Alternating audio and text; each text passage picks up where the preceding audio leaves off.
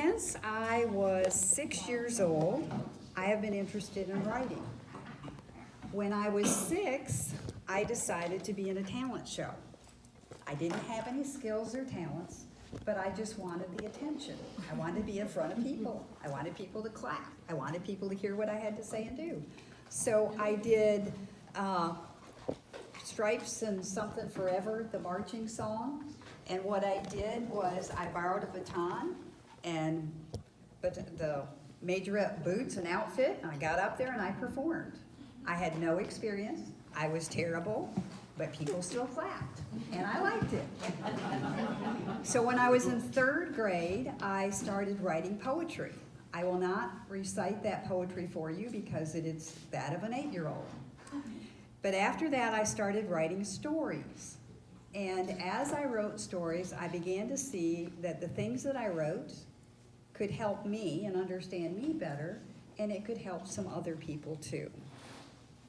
So along the way of writing, I also got interested in religious things, because I've always, and this is something most people don't know about me, is I see spirits.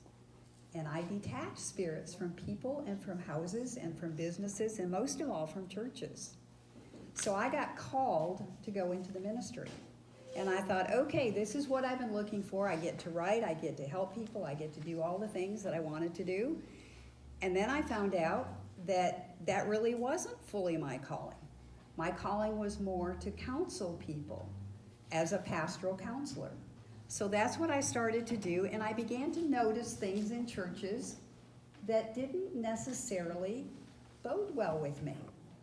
And that is ministers, and this is not against all ministers, but the ministers that I encountered of the clients that came to me felt like they were being victimized, and they didn't know what to do. And so I began to notice things and to work with these things, and they began to tell me their stories of how they were victimized by sexual predators. And I began to work with them and to help them. And then guess what I found out? My own spouse, a minister, was a sexual predator. So what was I gonna do?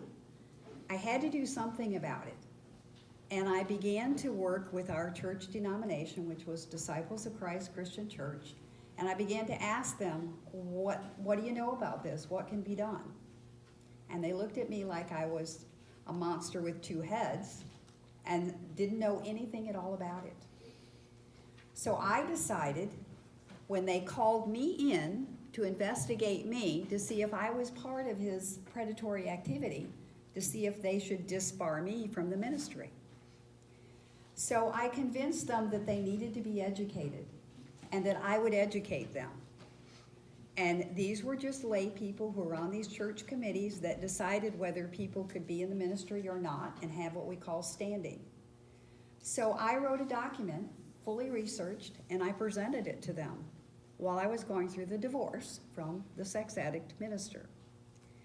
They took the document, they said they appreciated it, and I went on with my life, and I said, well, now I've got to do something to use the skills and abilities I have. So the very first thing I did is I wrote a book about positive children's stories based on my sermons of 30 years. And if any of you use a lectionary in your church, it's based on the Common Lectionary. So I thought, okay, well, that's sufficient. That will get the word out. But that wasn't enough. So then I decided, well, maybe I could write my story. So I wrote my story about what it was like to be married for 40 years to a sex addict minister. It's called Quicksand, Mary's Memories, Married to a Sex Addict Minister. And so the question is, why is it Marion's memories? Why isn't it Melanie's memories? Well, after a legal consult, they told me, if you put the true names in there, you'll be sued. So the name was changed to protect the guilty.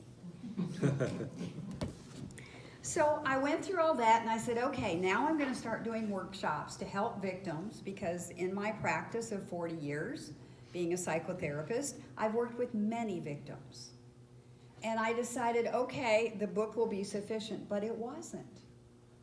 And so that document that I wrote for that church to help them, I called them up and I said, do you still have that? Because I want to use that. I want to develop it further. And you know what they told me? They didn't have it. They couldn't find it. They probably threw it away. And that really angered me because there's too many victims out there. So what I did is I took that document and I developed that document with the help of my critique group and with the help of Lisa Blackwell. Right now, this is the final proof. And it will be out in a couple of weeks. And it's called Clergy Sexual Misconduct, a layperson's guide to predict, prevent, detect, address, treat, and recover from clerical sexual abuse.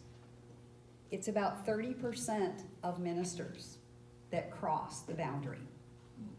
On a weekly basis, it's about 20% that say they have a sexual attraction to somebody in their congregation. The majority of sexual misconduct takes place in the pastor's counseling office at the church. For priests, it takes place either in the rectory or in the parishioner's home. The average age that a child is exposed to pornography is age 11. So I decided I have to do something to help people because this wasn't sufficient. So I began to look at ways that I could market this and get some money to help victims and to pass the word along. And as I did so, I began to incorporate, well, let me see what others in our Tallahassee Writers Group could work with me with some of their work, and we could work together. So I talked to Beth, and I talked to Susan, and we talked about combining our efforts to come up with a traveling roadshow that we could do. So once all that is in place, the thing that's already in the works is a documentary that I have developed with a company out of Pittsburgh that will do a documentary on television about recovering sexual addicts that are ministers. So that will be what is up and coming.